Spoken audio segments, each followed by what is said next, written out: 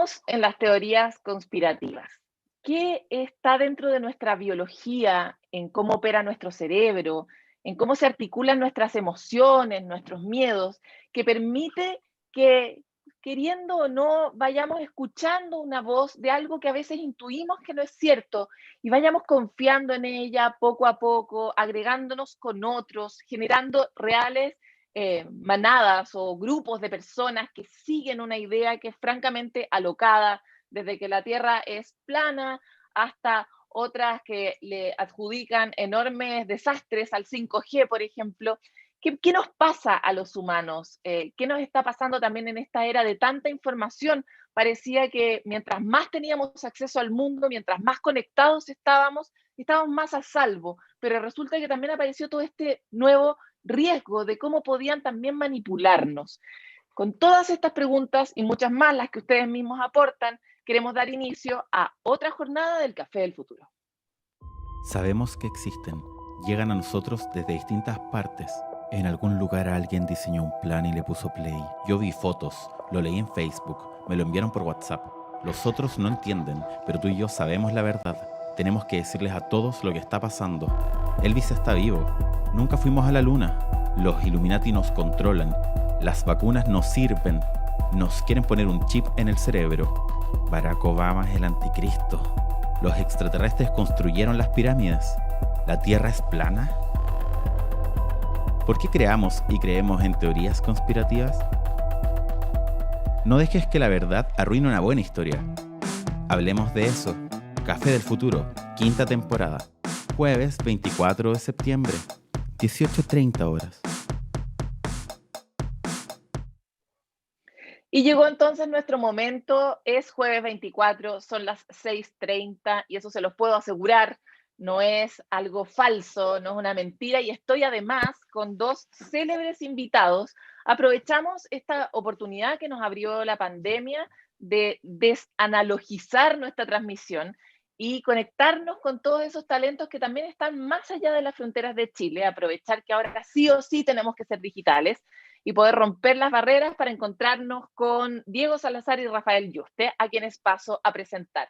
Bienvenidos ambos a este Café del Futuro. Muchas gracias por su tiempo, más allá de nuestras fronteras, Rafael y Diego.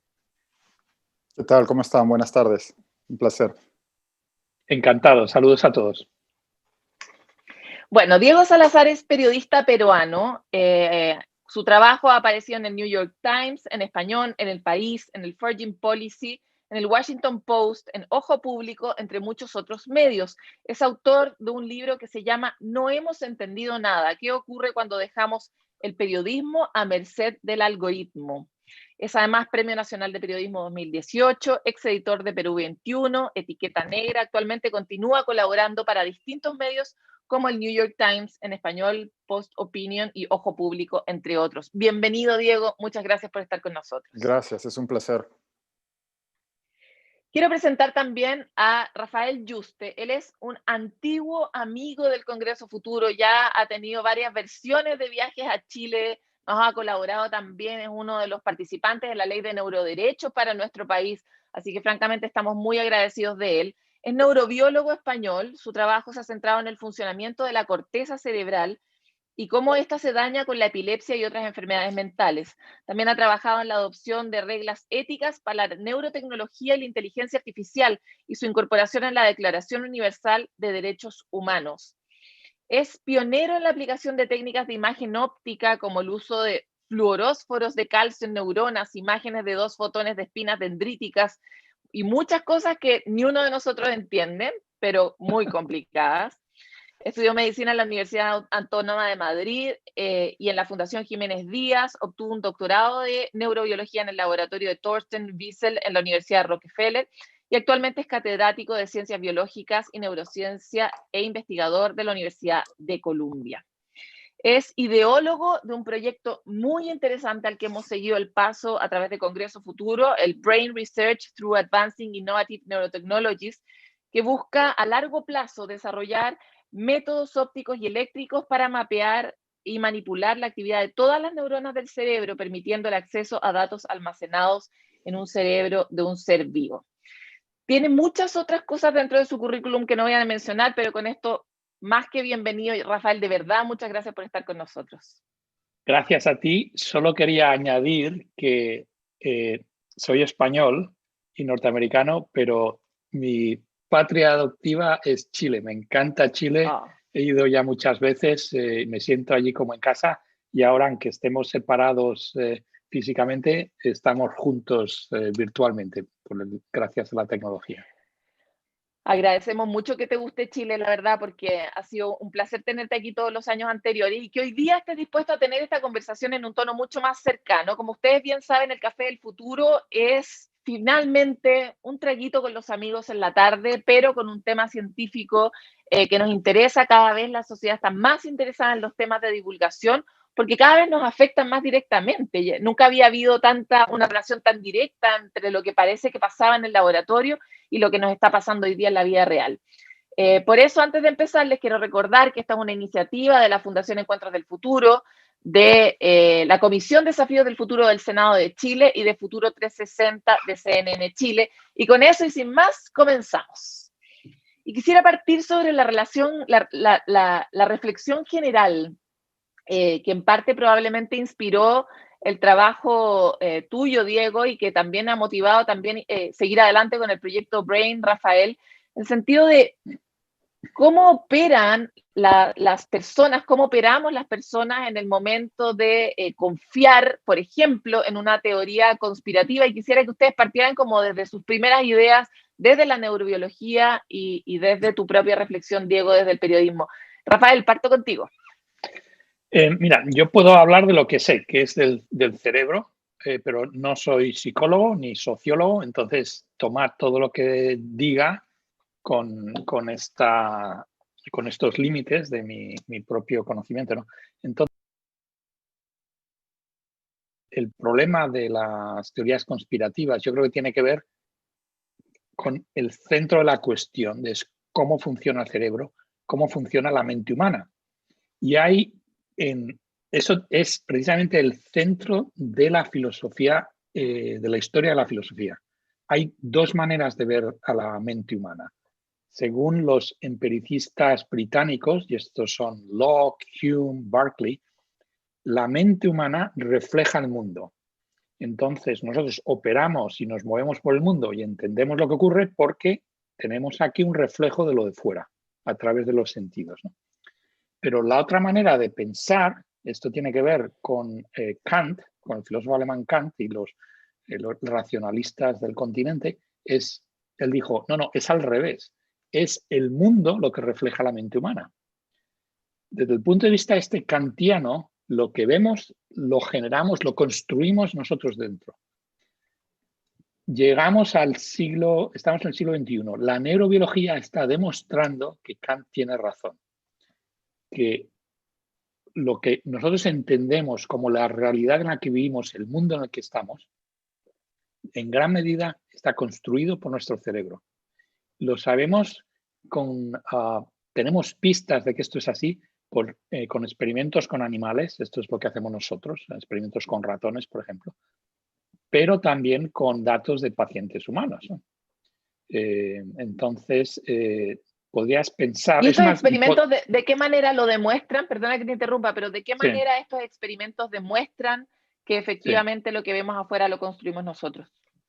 Mira, experimentos con ratones, esto es lo que hacemos en mi laboratorio. El año pasado publicamos un artículo en el que tomamos ratones y en la parte visual del cerebro, en la corteza visual que está aquí detrás, ¿no?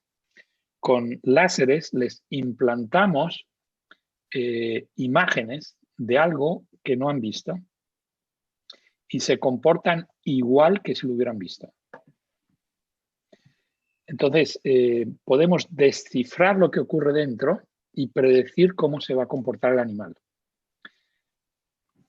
Ejemplo de humanos. En humanos, los esquizofrénicos, muchos de ellos dicen que oyen voces. Si les escaneas el cerebro, se activa la parte del cerebro, la misma parte del cerebro, cuando dicen que oyen voces que cuando las oyen desde fuera. No hay diferencia. Cuando ellos dicen que oyen voces, es que las oyen, porque es lo mismo, ¿no? estos son los tipos, hay muchos más datos de ese tipo. Nos está empezando a señalar el camino que la mente humana está construyendo el mundo, no solamente el cerebro humano, el cerebro de todos los animales, ¿no? Y que utilizamos Perdona, y desde ese punto de vista, perdona que te interrumpa de nuevo, pero cuando uno piensa en cuánto caemos en las teorías conspirativas, en rigor, la mente humana entonces fabrica conspiraciones naturalmente. Fabrica el mundo. Todo lo que vemos está fabricado. Entonces, ¿por qué no es una ilusión completa? Porque la naturaleza, la evolución, nos ha dotado de los sentidos, con lo cual el modelo que tenemos del mundo es como si tuviese una realidad virtual, lo adaptamos al exterior a través de los sentidos cuando estamos despiertos. Cuando estamos dormidos, como sabéis muy bien, no tenemos una conexión sensorial con el exterior, con lo cual tenemos este modelo del mundo, que son lo que llamamos los sueños, ¿no? Que están flotando en cosas que muchas veces son absurdas, ¿no? Entonces, ¿por qué el cerebro funciona así? Y con esto ya acabo y le paso la palabra a Diego. Porque es posible que lo que está intentando hacer el cerebro, no solo de las personas, sino de todos los animales, es predecir el futuro. El cerebro es el órgano que genera inteligencia. ¿Qué es la inteligencia? Es anticiparte a lo que va a ocurrir. ¿Por qué es importante? Pues para un animal es fundamental, porque si puedes saber lo que va a ocurrir, sobrevives y te comes al que te tienes que comer o no te come el que te viene a comerte, porque lo ves venir, ¿no? Entonces, ¿cómo predices el futuro? Con un modelo de realidad virtual que lo tienes corriendo en el cerebro. Entonces, nosotros estamos continuamente pensando, calculando lo que va a ocurrir en el futuro, porque tenemos este modelo funcionando internamente y utilizamos los sentidos para mejorar el modelo, para tener una predicción todavía mejor, ¿no? Este es un poco el sentido de la Kant llevado al siglo XXI desde el punto de vista de neurobiología, y por eso las teorías conspirativas tienen tanto arraigo, porque tienen que ver con lo que estamos haciendo continuamente. Es muy interesante porque también eso explicaría que gran parte de la población que tiende a creer en teorías conspirativas tiene un tipo de cerebro, por ejemplo, más psicótico o que en el fondo tiende a ver más el riesgo eventualmente o exacerbar. Bueno, lo dejo no, ahí, pero paso a... Sí, no lo sé, yo no me aventuraría a decir eso, pero lo que yo diría es igual, por ejemplo, un cerebro de una persona normal, ¿por qué no es una persona esquizofrénica que viva en un mundo interno que no tiene que ver con el mundo externo? Por los sentidos. ¿Y qué son los sentidos? Evidencia sensorial. Y esto, el cerebro nuestro la toma muy en serio. Tenemos gran parte del cerebro, por ejemplo, como quizá un tercio de todo el cerebro humano está dedicado al análisis de la información visual, ¿no? Para que este modelo interno se adopte a lo de fuera. Entonces, a nivel de la población, las teorías conspirativas podrías decir que lo que falta es la información, la evidencia sensorial directa. Que si son teorías que no tienen una evidencia de datos sensoriales científicos detrás, empíricos, se desconecta del modelo del mundo. Entonces ahí estaríamos como una situación, pues un poco como cuando tenemos un sueño que tiene una lógica interna pero no encaja con la externa. Claro. Pero eso sería más fácil en el caso de teorías conspirativas como la del 5G, pero no necesariamente en el caso de la Tierra plana, por ejemplo. Por lo mismo que estás planteando tú, la capacidad de comprobar sensorialmente el hecho. Vamos a volver sobre esto, pero quisiera avanzar contigo, Diego. ¿Hay algo? Desde tu propio campo, ¿qué crees que contribuye? Hay una cosa bien interesante que mencionó Rafael, que es fundamental, ¿no? Y es que, como bien señala él, nuestro cerebro está programado, eso no quiere decir que hay un programador, sino que ha evolucionado de esa manera, está programado para discernir patrones, para captar y discernir patrones y de esa manera predecir el comportamiento del mundo que nos rodea, ¿no? Y eso es fundamental. Entonces, cuando esos patrones de alguna manera se ven exacerbados por eso vamos a poner un ejemplo de un Just So Story, ¿no? Si uno estaba en la sabana africana y se movía un arbusto y luego aparecía un tigre o un león o el animal depredador, pues ya el cerebro aprendía y uno aprendía que ese movimiento de ese arbusto era un patrón que probablemente iba a derivar en la aparición de un depredador. Nuestro cerebro funciona así. Eso es un poco lo que estaba explicando Rafael, ¿no? Entonces, a la hora, en las teorías conspirativas, lo que ocurre es que, como en uno de los videos que mostraban al inicio, se mostraba lo que se conoce como un mapa de conspiración o un que lo vemos mucho en las películas, ¿no? Es corcho o pizarra en donde hay un montón de hilos y fotos y demás. Pues si uno ha visto Homeland, por ejemplo, ¿no? La famosa serie de un agente de la CIA, etcétera, puede reconocerlo. Y nuestro cerebro funciona así, está constantemente intentando encontrar patrones en el comportamiento y en los sucesos que ocurren alrededor nuestro. Yo soy periodista. Mi enfoque es y mi especialidad, o en lo que me he enfocado en los últimos años, tiene que ver con la manera en que ha cambiado nuestro consumo de información en las personas promedios a partir de la aparición de Internet y la difusión de las redes sociales, y a la vez cómo eso ha impactado en la manera en que los medios de comunicación, de alguna manera tradicionales, o que mantienen ciertos estándares de los medios tradicionales, esa forma en que ha cambiado cómo consumimos la información ha impactado en la forma en que los medios producimos la información, ¿no? Entonces, hablar de teorías conspirativas en este preciso momento y desde mi expertise, pues es ineludible hablar del COVID, ¿no? Y de todas las teorías de conspiración que existen alrededor de la enfermedad que ha producido esta pandemia en la que llevamos todos inmersos pues buena parte del año, ¿no? ¿Qué aportan las teorías de la conspiración o por qué podemos ser susceptibles de creer en teorías de conspiración? Las teorías de la conspiración lo que aportan es una respuesta sencilla o entendible a problemas que son muy complejos, ¿no? Tú decías antes que quizás hay personas que tengan un cerebro que puede tener ciertas características y tal, y como bien decía Rafael, eso no es así, todos funcionamos de esa manera. Lo que ocurre es que estamos frameados, nuestros marcos culturales o de aprendizaje nos hacen más proclives a una u otra idea, pero en el fondo todos creemos en cosas, todos tenemos creencias. Luego esas creencias pueden ser más o menos peligrosas, más o menos disparatadas, ¿no?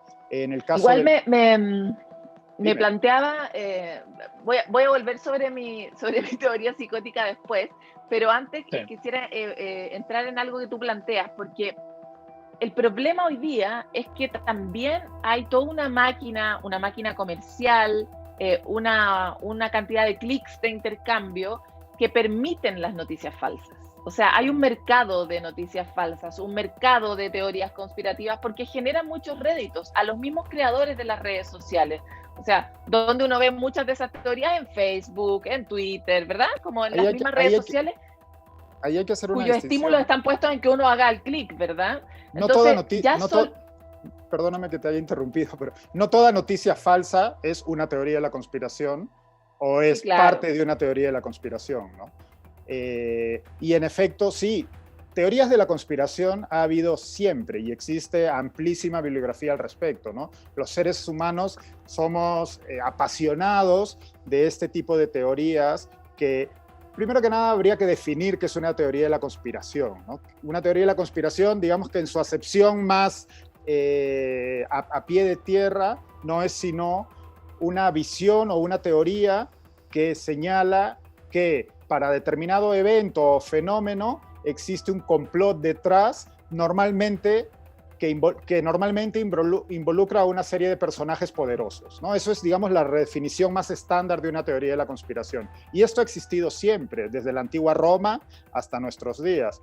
Una diferencia fundamental con lo que estamos viendo hoy en día, y eso es bien, como bien lo señalabas, es que existen hoy una serie de mecanismos y de herramientas tecnológicas que permiten la difusión de estas teorías y que permiten también que uno, hasta hace relativamente poco, las teorías de la conspiración, había una parte importante de la población que era aficionada a las teorías de la conspiración o que creía en teorías de la conspiración, pero que eran pequeños grupos que muchas veces estaban desconectados entre sí.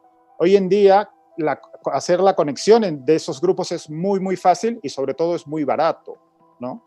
Y en efecto, como bien señalas, en las redes sociales están diseñadas para acrecentar el engagement, para que pasemos más tiempo ahí, para apelar a nuestros sentimientos, para apelar a nuestra rabia, para apelar a nuestros miedos, ¿no? Entonces, y las teorías de la conspiración muchas veces lo que buscan, o digamos, como las percibimos, es como que aportan confort, porque nos dan una explicación ante un problema, un fenómeno, una realidad que no podemos descifrar de otra manera, ¿no?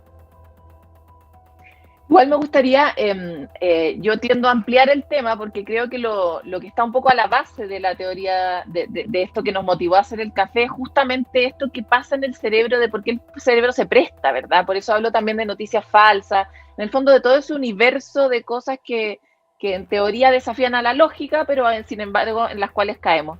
Y hablaba sobre esto de las poblaciones, la pregunta que te hacía antes, Rafael. Entiendo que la humanidad ha evolucionado sobre la base de estos mecanismos que permiten prever el riesgo, ¿verdad? Y saltárselo y de esa manera sobrevivir, etcétera, aprender, etcétera. Pero también está la diferencia que existe entre las personas y de cómo opera su propio cerebro reptil, cómo operan sus propios miedos en cada persona. Y eso sí tiene que ver con estructuras de personalidad, con experiencias de vida, con etcétera, ¿verdad? Hay gente que es más temerosa, que tiene menos, confianza en el mundo por cómo vivió su apego en el vientre, algunos estudios dicen, por cómo fue su vida durante la niñez, otros estudios dicen, etcétera, ¿verdad? Entonces, por eso me planteaba esta pregunta.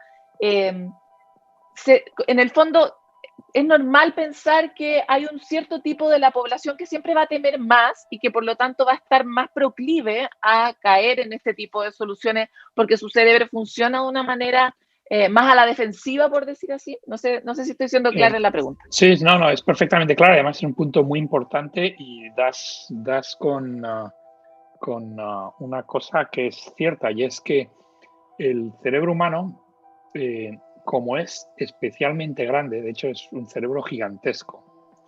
Esto significa que el modelo que tenemos del mundo es un modelo muchísimo más complicado que el modelo que pueden tener otros animales, ¿no? Y es posible que por eso tengamos la tendencia los humanos a volvernos locos. Y lo que llamamos volvernos locos es que el modelo interno no encaje con lo de fuera. Eso en la práctica médica se llaman las enfermedades mentales. ¿Por qué las enfermedades mentales no han sido erradicadas durante la evolución de la humanidad? Porque afectan a, la esquizofrenia, para darte una cifra, es el 1% de la población en todas las culturas. Y estos son los enfermos esquizofrénicos que tienes que hospitalizarlos.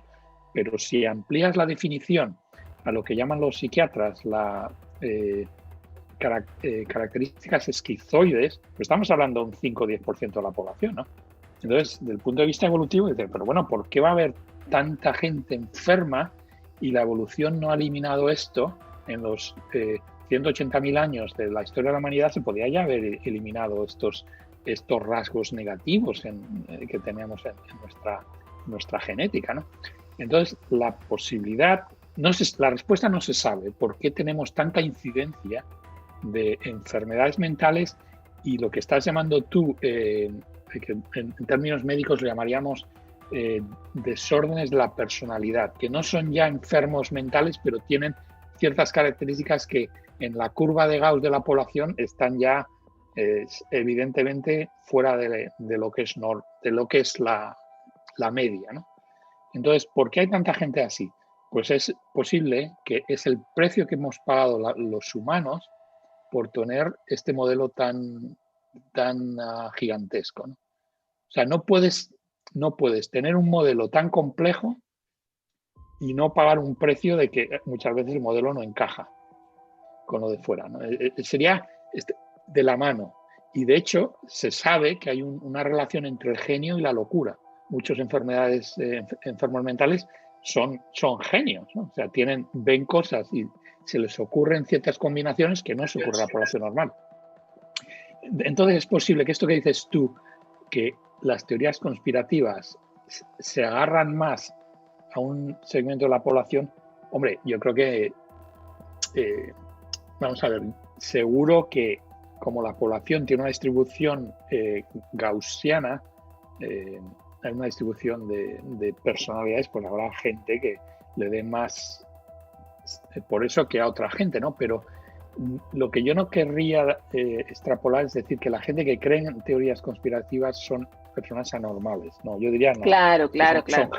Son gente normal, igual que todos nosotros, vamos, no hay ningún estigma en el que tú creas en teorías de la conspiración, porque como lo estaba diciendo antes, es que estamos fabricados, el cerebro humano está fabricado para eso.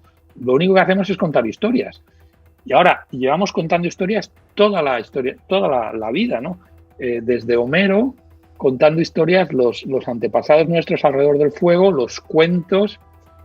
Llega en los últimos 500 años, con la invención de la imprenta, empieza a haber una cultura de leer y escribir, pero contamos historias, los libros, los periódicos, es todo contar historias. Ahora, ¿qué ocurre? ¿Por qué esas historias...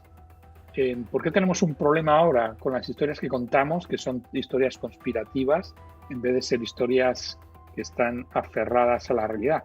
Porque el listón se ha bajado de la propagación de información. Antes, para propagar información, por ejemplo, un periódico, pues tenías que hacer una carrera de periodismo, tienes una profesión, y para que esa información llegue a la población, pues pasa muchos filtros, ¿no?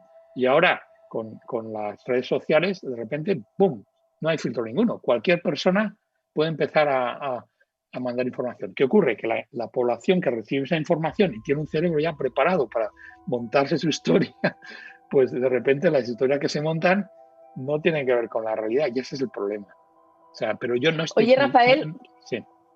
Me parece perfecto tu distinción. De verdad no queremos estigmatizar a nadie, pero me parecen interesantes las posibles respuestas. Si no pretendemos hacer de esto un experimento específicamente y comprobar algo, ¿verdad? Es como teoría, ¿verdad? Nosotros mismos, nuestras propias teorías.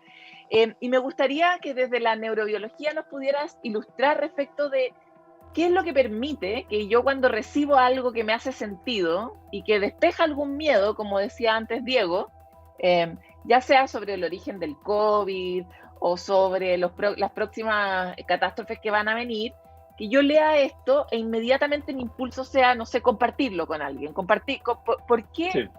¿Qué en el cerebro permite que uno sea un eslabón más en la generación veloz de una propagación de una noticia que puede ser falsa o de una teoría conspirativa?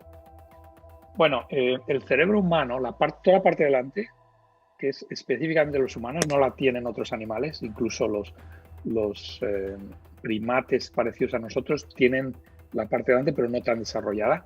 Y parece, o sea, te puedo decir que no sabemos cómo funciona el cerebro, pero la parte de delante parece que tiene que ver mucho con las conductas sociales, hasta tal punto que el ser humano es un animal social. Eso ya se ha discutido muchas veces, ¿no?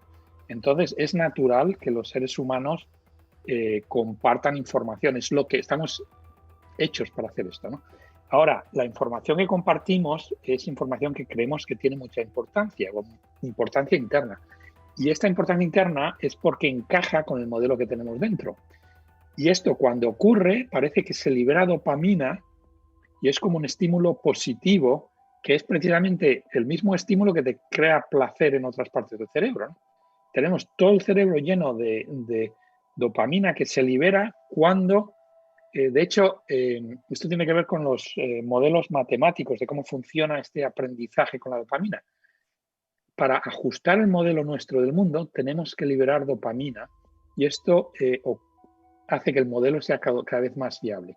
Pues lo mismo debe ocurrir en los cerebros cuando la gente tiene una teoría conspirativa y dice, hombre, se suelta dopamina, encaja la cosa, lo voy a soltar porque me hace a mí feliz, mi cerebro funciona mejor, con lo cual lo que tengo es el deber de mejorar al grupo, porque nosotros en realidad trabajamos, funcionamos en grupo los humanos, ¿no? Todo esto tiene mucho sentido. Ahora, el problema es cuando se disocia el modelo que tenemos de la realidad. Ahí sí que vamos por el mal camino. ¿Cómo evitamos esa disociación? El cerebro nuestro la evita con evidencia sensorial, evidencia empírica. cómo podíamos hacer en la sociedad para evitar esta disociación entre una teoría conspirativa y lo que ocurre fuera. Evidencia empírica. ¿Cómo se hace eso? Ciencia crítica, el desarrollar el espíritu crítico, filtros, de la manera que la información que llegue a los consumidores es una información que ha sido evaluada críticamente con evidencia empírica y que no bajemos el listón para que sea todo como una feria de información, sino que haya un sustrato crítico detrás de cada información que se comparta. Y esto es lo mismo, mira, estamos hablando antes de Kant. Kant pasó toda la vida escribiendo libros, se llama La crítica de la razón pura, la crítica de la razón práctica, la crítica del juicio. ¿Por qué? Porque lo que quiere es acotar el mal uso de estas capacidades internas, ¿no? Cuando se desvarían, cuando patinan, cuando se aplican en una situación que no se deben aplicar, es cuando, según Kant y según pensamos los científicos, es cuando estamos ya nos metemos en callejones sin salida, ¿no?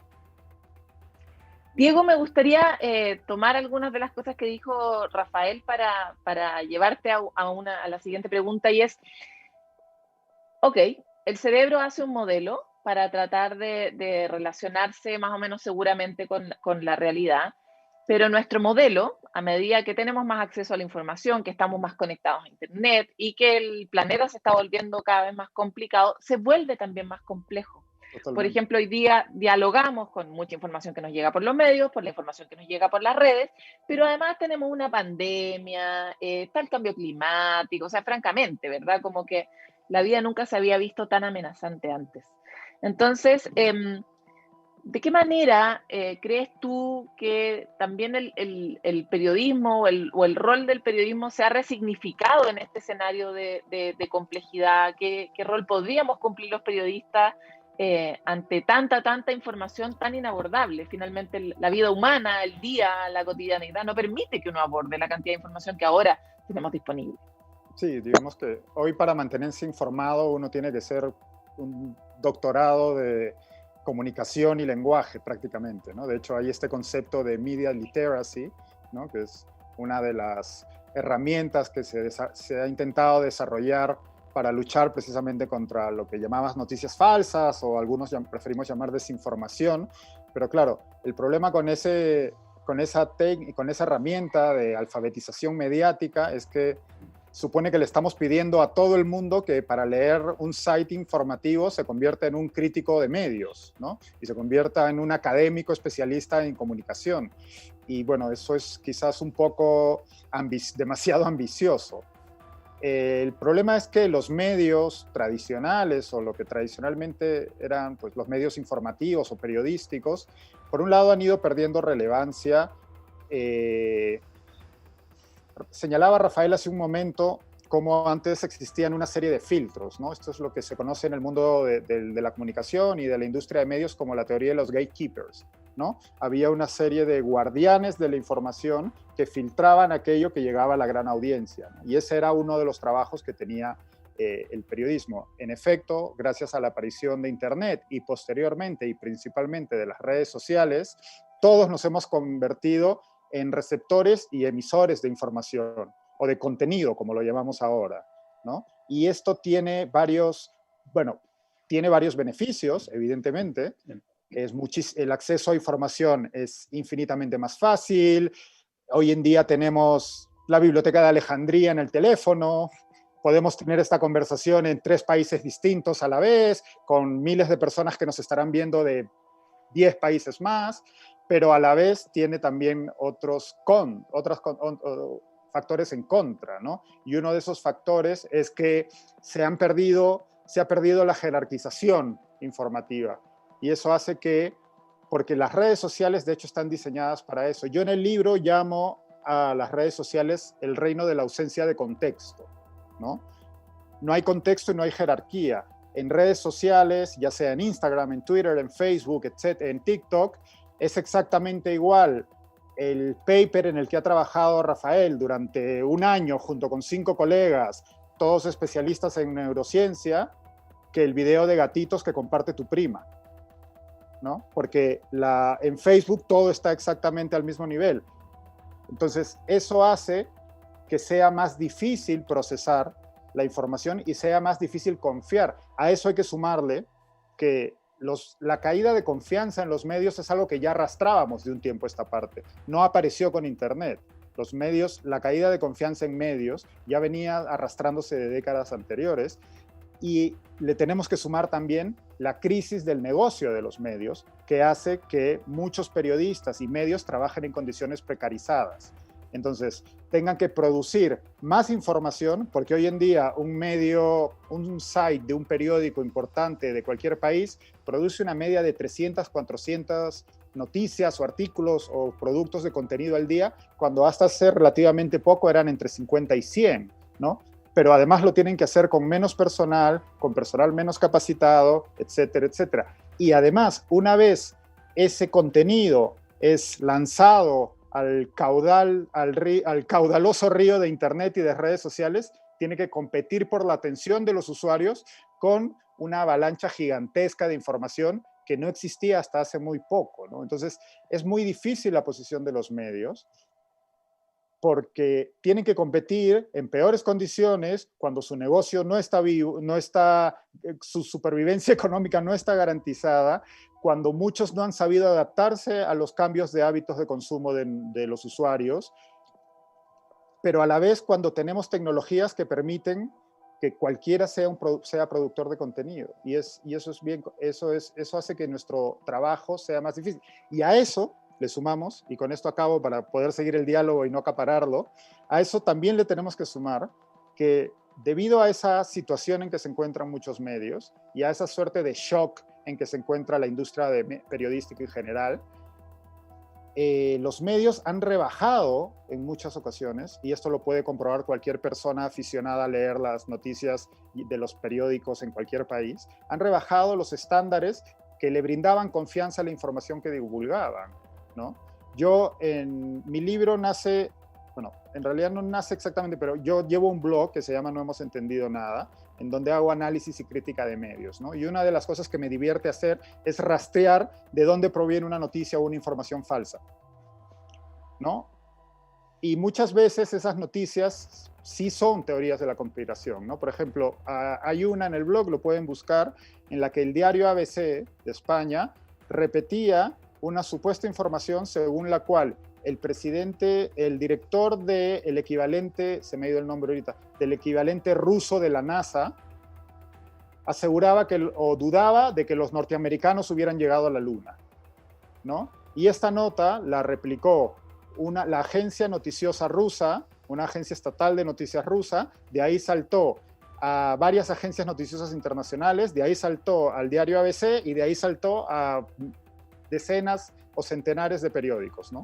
Entonces, claro, la teoría de conspiración sobre la llegada a la Luna es probablemente, junto con la del asesinato de Kennedy y la de las Torres Gemelas, el atentado contra las Torres Gemelas como un inside job, pues una de las teorías más publicitadas y también refutadas de la historia del siglo XX, ¿no? Pero sin embargo tienes un periódico, que además es un periódico prestigioso, con una audiencia importante en España y en otros países, que repite esto. ¿Y sabes de dónde se originaba la confusión? El tipo el director de la Agencia Espacial Rusa, hacían el comentario en broma. Estaban en una cumbre, o bueno, no una cumbre, pero el equivalente a una cumbre bilateral, en la que estaba participando también Estados Unidos, y les decían como, bueno, ustedes quieren investigar no sé qué, entonces nosotros nos vamos a poner a investigar si en realidad llegaron a la Luna, ¿no? Al punto de que la agencia noticiosa rusa luego tuvo que rectificar su información señalando que el director X había hecho el comentario en broma, ¿no? Y es así como los medios de comunicación muchas veces, pues porque no tienen la capacidad, porque su personal no está entrenado, porque tienen que competir con esa inmediatez de redes sociales, por querer ganar clics, por querer ganar audiencia o por querer tener titulares llamativos en redes sociales, se suben a ese tren de desinformación y terminan amplificando teorías de la conspiración. Claro. Ahora me interesa mucho la cuestión de cómo los humanos aprendemos de una forma un poco más veloz a dialogar con la complejidad, Rafael, y desde ese punto de vista, pareciera que los cambios en el cerebro, hablaba con otro neurobiólogo hace un tiempo atrás, un chileno, Pedro Maldonado, y contaba como cuándo fue la última vez que el cerebro se anduvo actualizando, y eran como muchos miles de años, ¿verdad?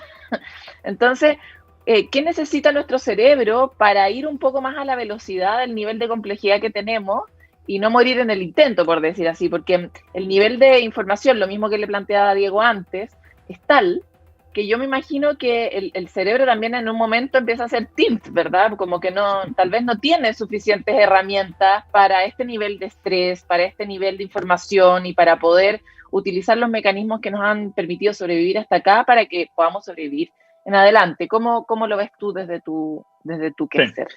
Mira, precisamente me acuerdo de una conversación que tuve con un guía de montaña chileno en Torres del Paine.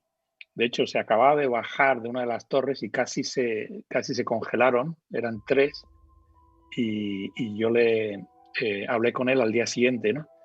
Y tenía mucha sabiduría este chico, y me dijo que le digo, bueno, pero ¿por qué estás aquí en la montaña? Él era santiaguino y se había mudado allí al Parque Nacional. Y dice, no, es que necesito espacio para la mente, ¿no? Entonces, yo creo que este chico dio con una idea muy importante, y es que el cerebro humano está diseñado, por eso, 180.000 años de evolución, para un tipo de vida y un tipo de actividad física y un tipo de actividad mental, ¿no? Y necesitamos, igual que necesitamos espacio para el cuerpo, necesitamos espacio también para la mente, y no podemos utilizarla de una manera para la cual no está diseñada. Y de hecho, si utilizamos el cuerpo para una manera que no es para hacer cosas para la cual no está diseñada, tenemos el origen de todas las enfermedades crónicas de la humanidad, todas enfermedades cardiovasculares, todas estas vienen precisamente porque llevamos un tipo de vida para el cual no estamos diseñados, ¿no? Lo mismo con la mente. Entonces, a mí me parece mala idea el que intentemos, bueno, hay 2 opciones. Tenemos una fractura entre la información que estamos intentando meter en el cerebro y para lo que está diseñado el cerebro, que necesita un espacio y un tiempo, unos tiempos mentales y unos espacios mentales, ¿no? Hay entonces 2 soluciones. Una, que es lo que quiere hacer Elon Musk, es aumentar el cerebro metiendo inteligencia artificial aquí con chips. Y esto, no sé si algunos de vosotros o los oyentes si vieron la demostración de la cerdita esta Gertrude. Claro, con el chip. Sí. El 25 de agosto, impresionante, con un chip inalámbrico y se movía ahí. Ese es el futuro según Elon Musk. Aumentamos el cerebro, lo metemos tecnología dentro. La otra opción es, no, vamos a dejar el cerebro como está, que está muy bien, y lo que tenemos es cambiar la manera vamos, avasallar a la gente con información, dar espacio para la mente, como decía el guía este chileno, el escalador, ¿no? Entonces yo creo que yo soy más propenso, desde mi punto de vista personal, aquí estoy hablando de una manera personal, no representando a la ciencia, no como científico, simplemente como persona. A mí me parece más lógico intentar adaptar nuestra vida a nuestro cerebro, a nuestro cuerpo, que no intentar adaptar nuestro cerebro, a nuestro cuerpo a la vida, ¿no? Y evidentemente esto es la teoría de la conspiración, tiene que ver, como llevamos hablando ya un tiempo, de las redes sociales, el abaratamiento del contenido, y que es una manera, como dice Diego muy bien, tiene ventajas gigantescas, pero también inconvenientes muy serios. Y esto nos crean, igual que la dieta de comer hamburguesas todos los días, pues te acaba dando un problema cardiovascular serio, pues la dieta mental de recibir información como lo estamos recibiendo, pues nos está dando problemas cerebrales, bueno, problemas comportamentales ya serios, como esto de la teoría de la conspiración. Entonces, con esto termino mi comentario. Hay un dilema que se llama el dilema de Coleridge, que un tal Coleridge escribió un libro sobre cómo las tecnologías se incorporan a la sociedad. Entonces dice que cuando al comienzo no sabes muy bien tienes una tecnología nueva, no sabes muy bien qué se puede hacer con ella, pero es muy fácil de regular. Pero después sabes perfectamente bien todas las cosas que se pueden hacer con esa tecnología, pero ya está tan encauzada en la humanidad que no la puede regular. Es demasiado tarde. Y esto es exactamente lo que nos ha ocurrido con las redes sociales. Ha sido de libro, ¿no? Llevamos muy poco tiempo con las redes sociales, con este tipo de información en Internet, quizá 15 años, 20 años, si depende cómo lo consideres, ¿no? Que es una cosa muy reciente para un ser humano, para la sociedad, es una cosa recientísima, ¿no? O sea, y nos ha cambiado el mundo. Y no sabíamos para qué servía, ahora sabemos que tiene muchísimas consecuencias benignas y malignas, pero ya es muy tarde para intentar regularlo todo. Entonces yo creo que yo daría un poco el consejo de cómo evitar estas teorías conspiratorias, pero cómo adaptarnos como sociedad al futuro, pues darnos más espacio para la mente, más tranquilidad, recibir información de una manera un poco más sensata, que no sea tan agobiante, y como decía antes, evidencia empírica, meter a la ciencia en todas partes. Estamos hablando del periodismo antes, pues que todos los periódicos, todas las redes de información tengan paneles científicos que aseguren de una manera rigurosa que la evidencia, esto que has contado tú de la teoría de la luna con el ruso, pues si ABC hubiese tenido un panel científico hubiese dicho, no, aquí enseñarme los números, los datos. Y si no, esto no se publica porque no tenemos evidencia que sea verdad, ¿no? Si hay científicos en la sociedad, y en Chile hay buenísimos científicos, habías mencionado a Maldonado, hay montones, yo he conocido montones de científicos chilenos muy buenos. Aprovechar de esta gente, este conocimiento, esta manera de pensar rigurosamente con evidencia experimental, evidencia empírica, y meterla en los medios de comunicación. Claro, estamos en un gran zapato chino en realidad los periodistas, porque al mismo tiempo competimos con la era de la inmediatez y lograr sacar una cantidad de notas en una cantidad de tiempo redunda en una cantidad de clics, que son finalmente algunos de los indicadores por los cuales te pagan el avisaje. Todos los incentivos están puestos en el lugar exactamente opuesto, ¿verdad, Rafa? Pero desde ese punto de vista, a mí me gustaría avanzar con ustedes, porque aunque no lo crean, ya se nos está yendo el tiempo. ¿Cuáles son para ustedes los antídotos para esta que podemos nombrar como una era de complejidad? Una era en la que hay que lograr vivir con esto. Aquí Rafael planteaba esta idea de dar espacio a la mente. Quisiera ahondar ahí después con él también. Pero contigo, Diego, sobre la base del poder que tienen los mismos algoritmos. Pues tú das este ejemplo del caso ruso, pero también está cómo los mismos periodistas hemos empezado a supeditar nuestro criterio, nuestro know-how, a que el algoritmo resulta que te dice que funciona mejor otra cosa, ¿verdad? Y entonces los noticieros se convierten en una gran pelotudez, ¿verdad?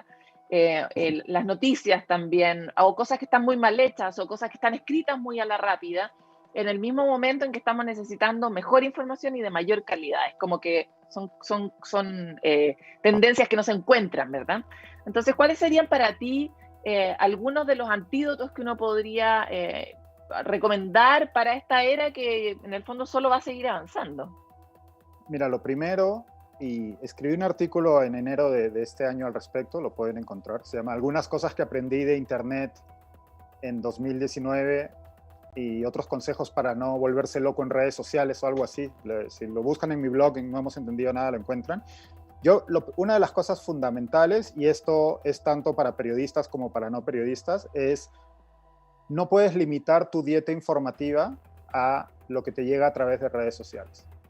¿No? Esto es fundamental, porque es muy fácil, es muy cómodo, evidentemente. Todos estamos con el teléfono en la mano, pues, buena parte del día.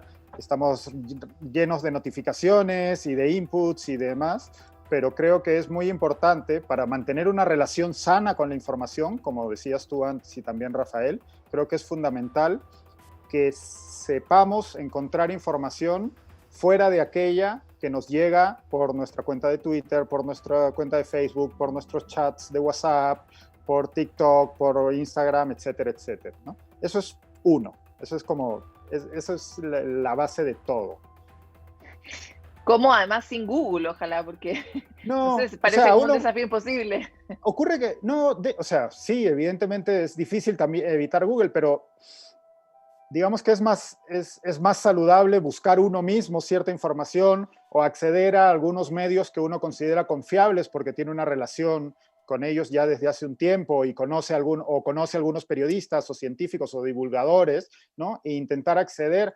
Hoy en día, sobre todo en el mundo anglosajón, los newsletters son cada vez más importantes, ¿no? Salir un poco de la lógica del algoritmo que se retroalimenta constantemente de aquello que premia un tipo de comportamiento que puede ser nocivo, ¿no? De cierto pensamiento de grupo, de ciertas ideas, de cierto tribalismo, de cierta apelación a nuestros sentimientos más pues profundos, ¿no? De ira, de coraje, de rabia, ¿no? Esa es otra cosa. Cuando uno lee algo que le produce, creo, ¿no? Principalmente a través de redes sociales, cuando uno lee algo, y eso es como una prueba que yo me aplico a mí mismo, ¿no? Orwell decía que uno tiene que estar constantemente midiéndose la temperatura cuando lee o cuando escribe. Y yo creo que cuando uno lee algo en redes sociales que le genera así como mucha incomodidad o lo pone de un humor particularmente violento o agresivo, darse una pausa, ¿no? Y decir, ¿por qué estoy reaccionando de esta forma, ¿no? Y bueno, estás reaccionando de esa forma porque pues mucho de ese contenido está diseñado para eso y los algoritmos saben que a ti te gusta ese tipo de contenido y te lo sirven en bandeja, ¿no? Entonces, esa es otra forma, estar midiéndose la temperatura, saber que si yo reacciono de una manera, si de pronto un titular, no sé, sobre Donald Trump, te genera como mucha molestia, ¿no? Si es que eres más progresista que conservador o a la inversa, pues duda un poco de tu propia reacción, ¿no? Duda un poco de por qué te estás poniendo en ese ánimo. ¿Qué otra cosa puede ser? Hay algo que he estado leyendo mucho últimamente y tiene que ver de nuevo también con el COVID y seguramente a todos nos ha pasado, ¿no? Es que a través de nuestros canales de comunicación, pues la mayoría estamos encerrados en nuestras casas, tenemos poco contacto cara a cara con la gente, lo cual también dificulta la empatía y dificulta la conversación más sociable. Tenemos canales de chats de WhatsApp con diferentes grupos de familia o de amigos, a todos nos llegan teorías de la conspiración por ahí, ¿no? Que el COVID, pues Bill Gates quiere implantarnos un chip, a todos, curiosamente los que dicen que Bill Gates quiere implantarnos un chip para controlarnos son los mismos que aplauden que Elon Musk sí quiere implantarnos un chip, ¿no?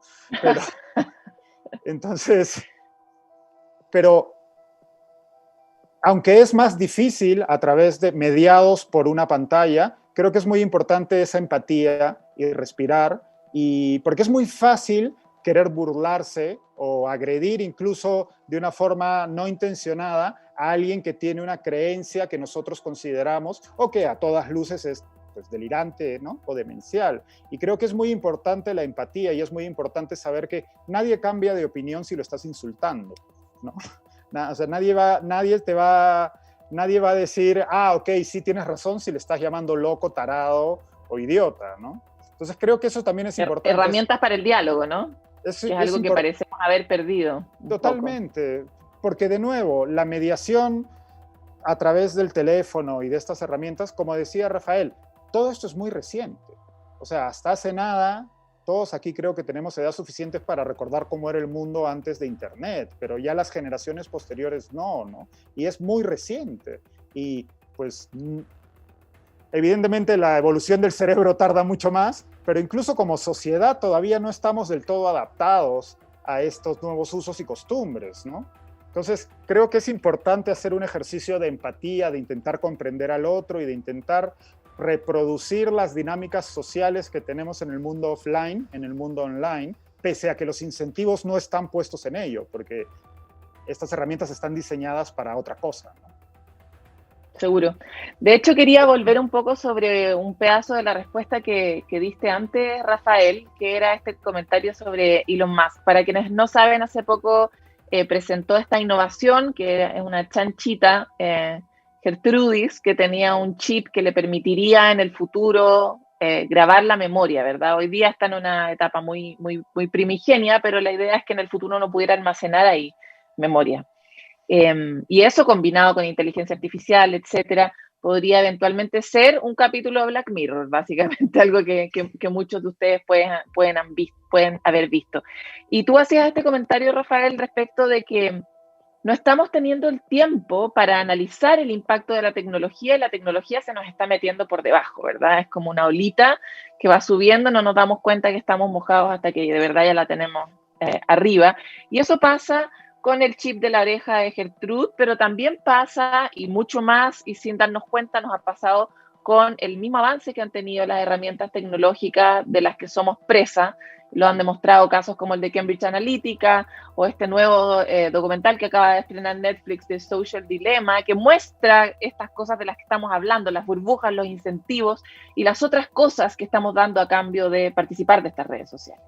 Entonces, justamente te quería preguntar sobre este caso de almacenar o no almacenar la memoria, ¿por qué tú crees que el cerebro debiera quedarse como está?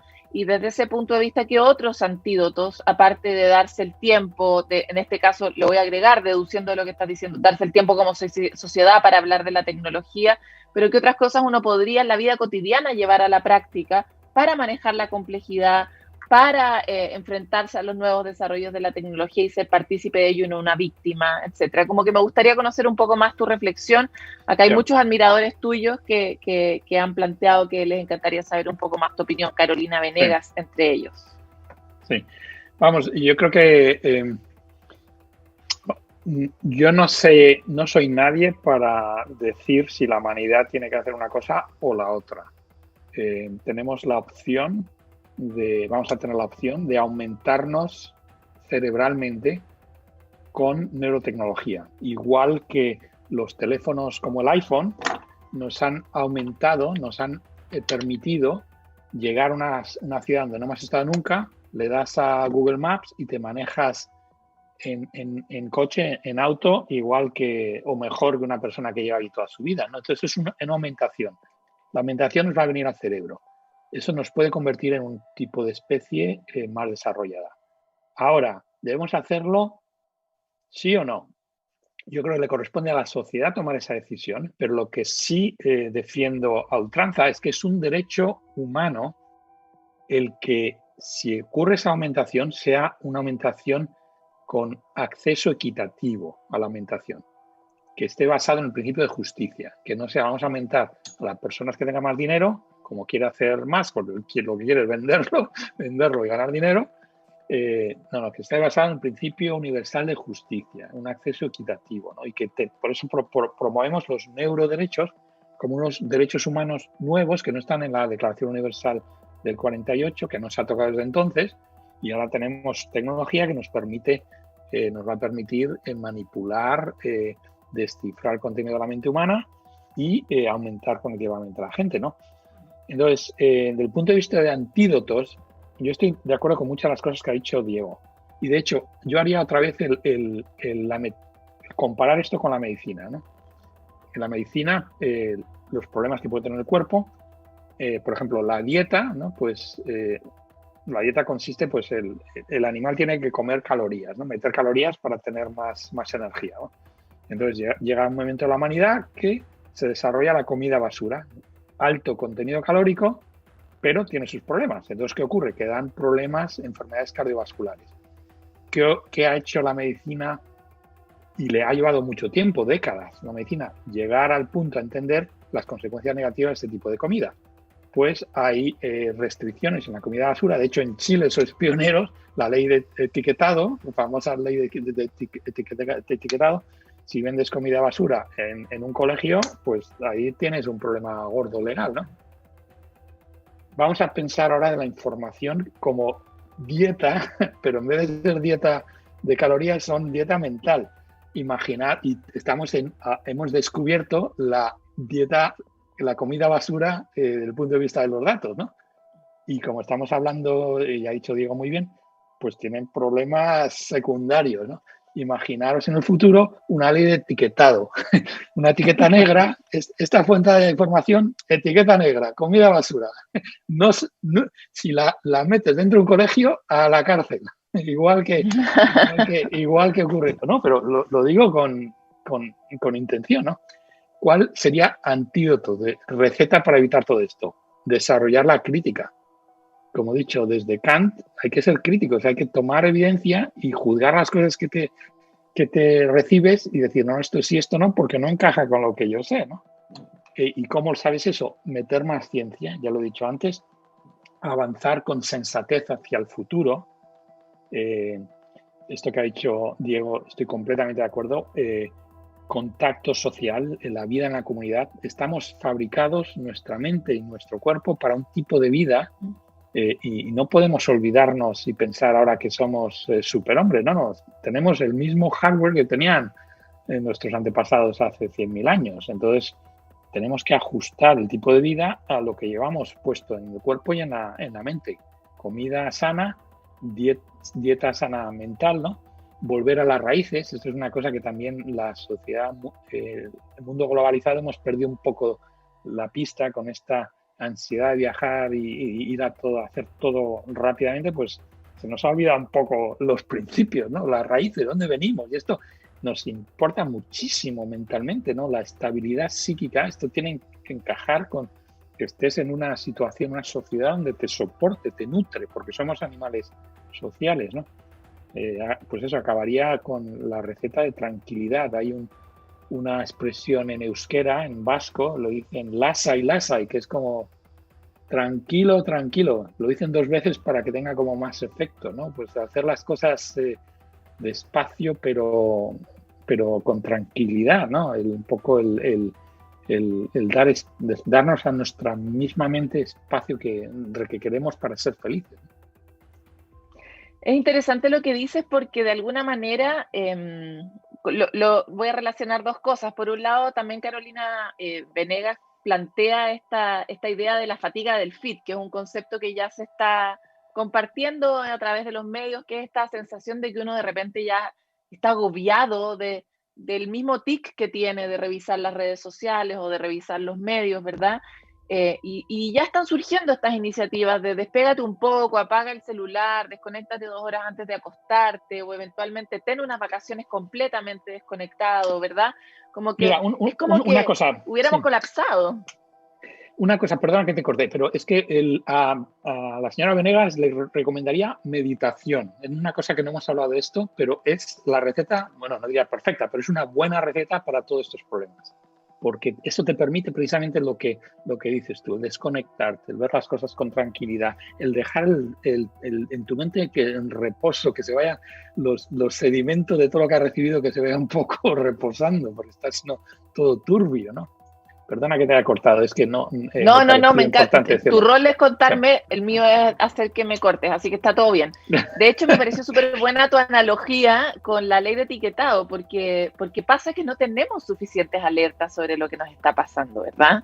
Es como que lo estamos simplemente padeciendo, no hay ninguna alarma. Es una situación como. Sí, como si llegamos a una ciudad donde está todo lleno de McDonald's y son todos gratis.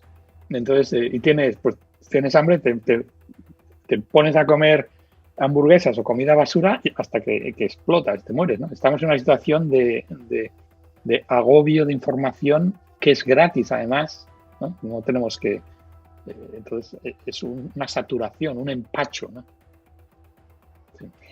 Voy a comentarles algunas de las preguntas que vienen del público. Con esto ya vamos a ir a empezar a cerrar para no frustrar a nadie. Es importante anticipar que viene el cierre para que la gente no sufra mucho. Entonces, una de las personas plantea cómo podemos apaciguar esta curiosidad que nos lleva a conectar los puntos para descubrir una respuesta que tiene que existir desde un punto de vista como conspiranoico, en el fondo como el motor que hace que uno quiera encontrar una solución, cómo uno puede apaciguar esa curiosidad o esa ansiedad que se genera cuando no tienes una explicación lo suficientemente clara y finalmente terminas con una solución conspiranoica, es una de las preguntas. ¿Y qué se hace cuando las teorías conspirativas tienen una lógica propia aparentemente pulcra y además no se puede acceder a los medios empíricos para determinar si está mal esa teoría. ¿Qué opinas, Diego? Sobre la primera, que cómo manejamos la ansiedad de la... La curiosidad que nos lleva a conectar los puntos que nos hace caer finalmente en estas teorías. Claro. La curiosidad en sí es algo positivo, ¿no? Digamos que es la fuente de nuestra ansia y nuestro interés por conocer, por acceder a más información y poder comprender, pues, tanto a la sociedad en la que vivimos como en el mundo en que nos movemos. Creo que, como bien decía Rafael hace un momento, es importante tener cierta educación científica para entender que la ciencia, y esto lo estamos viviendo, por ejemplo, en vivo y en directo con la pandemia de COVID-19, ¿no? Surge una enfermedad que no existía, de la que no teníamos conocimiento hasta hace relativamente muy poco, y la información que produce la ciencia, los científicos, las organizaciones científicas, se va actualizando. Y esto creo que debe ser la primera vez que ocurre a la escala y que ha ocurrido de esta forma. Cómo hemos visto que esta información, que muchas veces puede resultar contradictoria o se puede entender de forma contradictoria, se va actualizando en tiempo real, ¿no? Y en un inicio nos dijeron que no era necesario las mascarillas y luego nos dicen que no, ahora hay nueva información que nos dice que las mascarillas sí sirven, y creo que de esto lo que podemos aprender, por un lado, es, bueno, primero una cura de humildad para todos, ¿no? Tanto periodistas como científicos, como divulgadores, etcétera, ¿no? Porque muchas veces hablamos desde una autoridad o haciendo entender que tenemos una autoridad que en realidad no tenemos, porque una de las cosas que te enseña la ciencia y el pensamiento científico, la crítica científica, es que si existe información, nueva información verificada que contradice aquello que estaba comprobado hasta ahora, pues tienes que cambiar de idea y tienes que cambiar de opinión, ¿no? Y yo creo que eso es muy importante que lo entendamos, porque yo entiendo que digamos que la falta de información concreta, grabada en piedra, etcétera, pueda generar una ansiedad, pero pensar que eso significa que hay detrás una conspiración o que nos quieren engañar a propósito o que esto pues es un virus creado en China para dominar, etcétera, etcétera, pues es no entender cómo funciona la ciencia. Y creo que, de hecho, y ojalá esa sea una de las lecciones que saquemos de este año y de esta pandemia, ¿no? Cómo hemos podido presenciar en vivo y en directo cómo se produce conocimiento científico, ¿no? Y creo que eso es fundamental para, si entendemos eso, pues podemos apaciguar un poco nuestros miedos y apaciguar un poco nuestra ansiedad y aplicarlo a otros aspectos de nuestra vida, ¿no? Porque como periodistas también, yo creo que una de las cosas que los periodistas no hemos sido muy inteligentes, sobre todo en los últimos años, es ser muy transparentes acerca del método de trabajo periodístico, ¿no? Esto no quiere decir que uno tenga que hablar todos los días del libro de estilo del diario, ni hacer un artículo aparte explicando punto por punto cómo se consiguió la información, pero sí explicarle a la gente que la información que estamos haciéndoles llegar es la información que tenemos hasta hoy, y que, como cualquier epistemología, ¿no? Que es como cualquier forma de acceder a conocer la realidad, tenemos unos límites, y esos límites pues son distintos en cada caso, ¿no? Yo creo que eso es importante. Pienso que aquellos que nos dedicamos a la comunicación de algún tipo, sea científica o no, seamos, por un lado, más humildes, y por el otro lado también tengamos ese espíritu de transparencia y de transmitir, ok, esto es lo que sabemos hasta ahora en la medida de las posibilidades actuales. Mañana podemos tener nueva información. Y eso, yo creo que lejos de ser intranquilizador, puede ser como también un alivio, ¿no? Ok, hasta aquí sabemos ahora, vamos a ver qué ocurre el día de mañana. Sí, totalmente de acuerdo. Yo creo que a los periodistas siempre nos ha faltado anteponer esa frase, lo que se sabe hasta ahora es qué, y hasta aquí llegamos, ¿verdad? Es como, es una frase relevante para aclarar un poco la proporción del conocimiento. Porque, Rafael, que te interrumpa una cosita ahí, porque esto es bien importante, porque si no existe esa transparencia y no existe esa información, hay que entender que los vacíos informativos siempre se van a llenar, siempre. Claro. Entonces, si existen Y dudas... eso también es un mecanismo cerebral, uno tiende a llenar los espacios blancos Si inevitablemente. tú como ¿verdad? periodista das una información y esa información no está del todo completa o es sospechosa y uno no explica de dónde viene, alguien va a llenar ese vacío informativo. Y probablemente quien lo llene no va a tener muy buenas intenciones, ¿no? Oye, Rafael, acá hay un par de preguntas. Una que plantea si tú crees o no que hace falta más transdisciplina, integración de otros para que la ciencia no se remita solo a ciertos nichos. Y hay otra que te pregunta, ¿te parece viable pensar en una preparación filogenética para creer en la palabra publicada? De acuerdo. Mira, la primera pregunta, yo creo que sería sano el que la dirección de la ciencia no se debería solo a los científicos, sino que hubiese representantes de la ciudadanía involucrados. Esto es una idea que no es original mía, la propuso mi colega Kitcher, que es un filósofo de aquí de la Columbia, que escribió un libro sobre esencialmente un contrato social de la ciencia. Y él propuso la idea que tendría que haber comités de ciudadanos que se involucran en decidir en qué dirección tiene que ir la ciencia. Yo creo que es una idea que es un poco suena hereje a los científicos más tradicionales, pero yo creo que tenemos la responsabilidad de los científicos de no trabajar en una burbuja. Nosotros estamos trabajando para la humanidad y la humanidad nos tiene que decir qué cosas importan y qué cosas no importan. Yo creo que ahí no veo ningún problema. Yo estaría de acuerdo con este planteamiento. No que dirijan el comité de ciudadanos todo. Evidentemente necesitas tener expertos que sepan de lo que hablan y los científicos tendrían que tener la voz quizá mayoritaria en estos paneles, pero que tengan una influencia de la sociedad.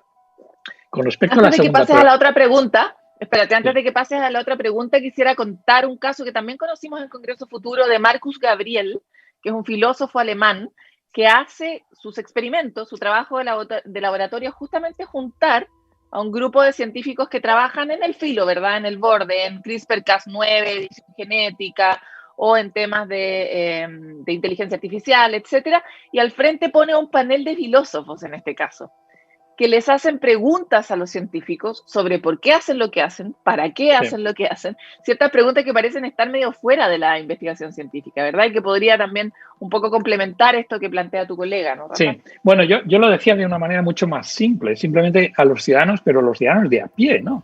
De hecho, hay un movimiento ahora interesantísimo, democracia participativa, que se hace en comités de ciudadanos. Eso empezó en Irlanda, no sé si lo sabéis.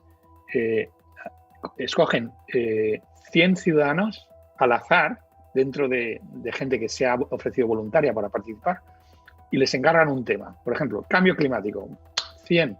Os reunís durante 6 meses, podéis escuchar todos los expertos que queráis y nos recomendáis qué es lo que tenemos que hacer. Y resulta que estos comités sacan recomendaciones que son incluso mejores que las que hay en los gobiernos de los partidos políticos. En Francia, Macron han tenido este experimento también de una manera muy positiva. Está escrito en el último Economist, ¿no? Me parece un artículo fascinante. Yo me imagino estos comités también involucrándose en la ciencia, ¿no? Pero no que digan de un punto de vista filosófico, de un punto de vista práctico. ¿Metemos dinero a investigar esta enfermedad o esta otra? Por ejemplo, este tipo de decisiones. ¿Vamos por aquí o por allá? ¿No? Eso, sí. James Fishkin de la Universidad de Stanford, que también vino a Congreso Futuro, tiene este proyecto de America in One Room, que también se está empezando a replicar en Chile, y que justamente es eso, es elegir muestras aleatorias de ciudadanos comunes y corrientes a hablar y reflexionar sobre ciertos ámbitos, ¿verdad? Parece que algo a lo que venimos concluyendo a lo largo de esta conversación es que las herramientas del diálogo están siendo una de las grandes ausentes en este momento para poder justamente complementar los desafíos que tienen estos tiempos de complejidad, ¿verdad? Sí. No sé si quieres contestar la otra pregunta y de paso aclararnos a todos nosotros lo que es la filogenética, porque buena onda con quien preguntó, pero no es tan fácil la pregunta.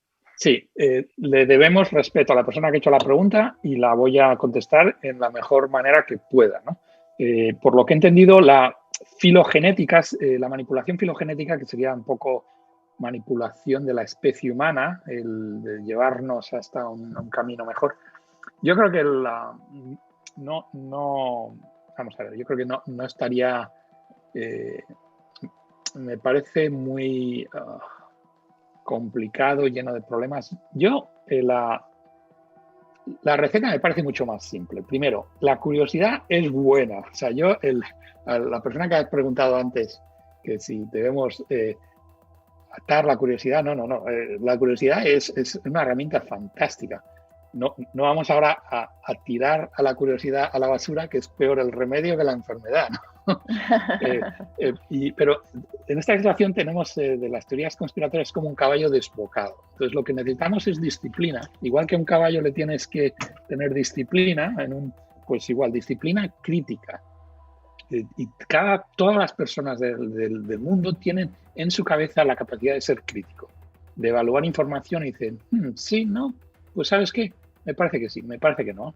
Que ejerciten esa capacidad y que la ejerciten con buenas fuentes de información, que tengan una dieta sana desde el punto de vista digital, igual que no comen comida basura. Espero la mayor parte de las personas que nos escuchan, pues que no reciban información basura sin una crítica, que tengan una cierta disciplina, ¿no? Que se acostumbren a leer buenas fuentes de información, que las hay, igual que hay buenas fuentes de dieta, pues hay buenas fuentes de información y sabemos cuáles son. Que se lean, por ejemplo, una recomendación muy práctica, que se lean varios periódicos a la vez. A mí me parece fascinante. La misma noticia, te dan dos periódicos y dices, pero bueno, es la misma, parece que no es la misma noticia, porque te cuentan cosas completamente distintas. Yo lo hago rutinariamente, ¿no? Entonces ahí ejercitas tu crítica al comparar distintas fuentes de información y sobre todo que tengan flexibilidad mental, ¿no? Que no se aferren a una teoría y que no la suelten, que tengan un poco la humildad, que hemos hablado antes de humildad, de saber que no somos perfectos, ni yo ni nadie, ¿no? Y tenemos que desechar las teorías cuando no nos sirven de una manera completamente normal. No pasa nada por equivocarse. Es lo más sano que hay, el reconocer tu propio error. Y así es como mejoras, porque si no, no mejoras, ¿no?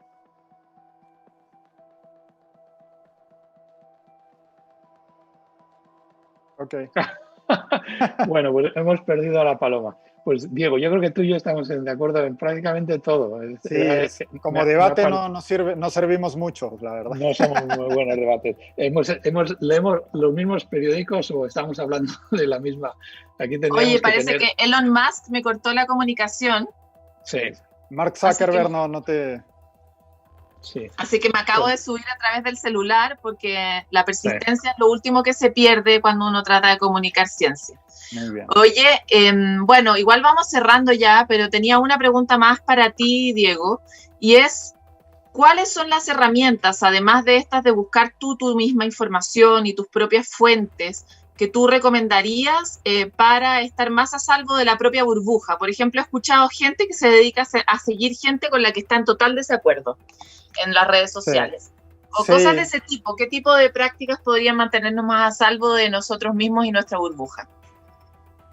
Bueno, me voy a repetir en la primera y es, pues, no reducir tu información, tu dieta, ¿no? Para usar el símil que utilizaba Rafael, que me parece a mí muy inteligente. Eso creo que es una buena forma de entenderlo, ¿no? Como una dieta informativa. Y así como hemos vivido durante años pensando que pues cierto tipo de comida no era perniciosa, pero hoy tenemos más información y sabemos que los altos índices de azúcar y de sodio y demás, pues no son saludables para una dieta habitual. Pues también creo que debemos adaptarnos y entender que no podemos estar pendientes de la información todo el día y que debemos buscar información que consideremos o de fuentes que consideremos más fiables, ¿no? Eso por un lado. Por otro lado, es muy difícil, y particularmente en este momento de pandemia, pero mira, en las redes sociales es muy fácil entrar en una discusión y caer en una suerte de trompo, ¿no? O de agujero de conejo, de rabbit hole, en el que, como hay esta mediación a través de la pantalla, hay una suerte de deshumanización del otro, ¿no? Y es muy fácil caer en improperios, en ataques, en no hacer un esfuerzo por comprender. Muchas veces esto se lo escuchaba hace muy poco a un especialista en estos temas y decía, ¿no? Una de las formas más básicas para generar empatía es, y esto es inconsciente, ¿no? Que los seres humanos estamos constantemente leyendo la reacción de la cara de la otra persona, ¿no? Y esto se pierde cuando tenemos una conversación a través de redes sociales, de WhatsApp, etcétera, ¿no? Entonces, creo que hay que encontrar la forma de sacar la discusión de redes sociales, de sacarla de este confinamiento que es Facebook, Twitter, porque de hecho estas herramientas no están hechas para discutir, no están hechas para debatir, ¿no? Yo uso un símil, digo que intentar discutir en redes sociales es como intentar jugar al fútbol en una cancha, en una mesa de ping-pong, ¿no? No se puede, o sea, no está hecho para eso. Entonces, yo, por ejemplo, hago un ejercicio que les voy a una serie de consejos que yo hago personalmente. Yo he borrado las aplicaciones de redes sociales de mi teléfono, me hago trampa a mí mismo, entro a Twitter desde Chrome, pero no lo tengo ahí como para clicar impulsivamente todo el rato, ¿no? No tengo alertas más allá del email y de WhatsApp, no tengo ninguna alerta de diarios, de aplicaciones, para también evitar ese estar constantemente llevándome la mano al bolsillo y sacar el teléfono. Tengo otra, cada vez que algo me molesta, me indigna o me genera una reacción inmediata de algún tema que me interesa, en lugar de correr a tuitear o de correr a compartirlo en Facebook, pienso en qué persona que conozco, con la que tengo una relación habitual, y esto más aún en tiempos como los que nos encontramos, en que estamos todos encerrados en casa, con qué persona podría conversar sobre ese tema y a quién le interesa, ¿no? O sea, si es algo de deporte, pues tengo un grupo de amigos con los que charlamos de esos temas. Si es algo sobre industria de medios, si es algo de política estadounidense o política peruana, mexicana, latinoamericana. Entonces, ese es un ejercicio que yo me obligo a hacer y la verdad que me surte efecto y me ha salvado de muchos papelones en Twitter. No, creo que eso es algo que es útil y que repercute en nuestra salud mental para no estar enganchados todo el día y peleándonos en redes sociales. Rafael y Diego, les quiero agradecer por su participación en este Café del Futuro. Le agregamos esta pizca de pandemia COVID Zoom, que se cae la conexión en la mitad y hay que seguir la vida, ¿verdad? Porque la verdad es que la vida sigue, no pasa nada. Y les quiero agradecer de verdad su tiempo, su dedicación, sus experiencias y haberse conectado con este lugar del mundo para conversar de este tema tan interesante. De verdad, muchas gracias. Ha sido un placer, Paloma. Encantado. Ha sido un verdadero placer. Encantado y espero que les haya sido útiles a la audiencia. Yo aquí hice un resumen justamente para que sea útil para todos ustedes. Dar espacio para la mente, es hasta poético, pero ¿cuántas veces habíamos pensado que necesitábamos efectivamente un lugar para la mente, como necesitamos un ejercicio para el cuerpo, como necesitamos no intoxicarnos? Somos bien malos los humanos, en Chile en particular tenemos una tendencia a elegir aquello que nos hace horrible, de hecho tenemos unas tasas de obesidad impresionantes, y también una tasa de uso social de redes sociales impresionante. Es interesante esa coincidencia, pero tal vez podemos tener actitudes más constructivas, desactivar eventualmente las redes de sus celulares, participar, generar conversaciones, promover los diálogos. En el fondo, volver a ciertas herramientas que antes nos eran tan fáciles y cercanas y que de alguna forma dejamos de utilizar para encontrarnos con la vida análoga y ahí encontrar el espacio, la pausa que necesitamos los humanos, porque nuestro cerebro no ha evolucionado a la velocidad que lo están haciendo estos cambios y parece que no estamos suficientemente maduros para entender cuál va a ser el impacto que van a tener en nuestra propia vida. Vuelvo a insistir en que muchas gracias a nuestros panelistas, muchas gracias a todas las personas que mandaron sus preguntas y se conectaron. Tuvimos un montón de conectados a través de redes. Ese lado de las redes lo agradecemos y nos encontramos en el futuro en otro café con otro tema de todos estos que nos preocupan a los humanos. Muchas gracias por su sintonía.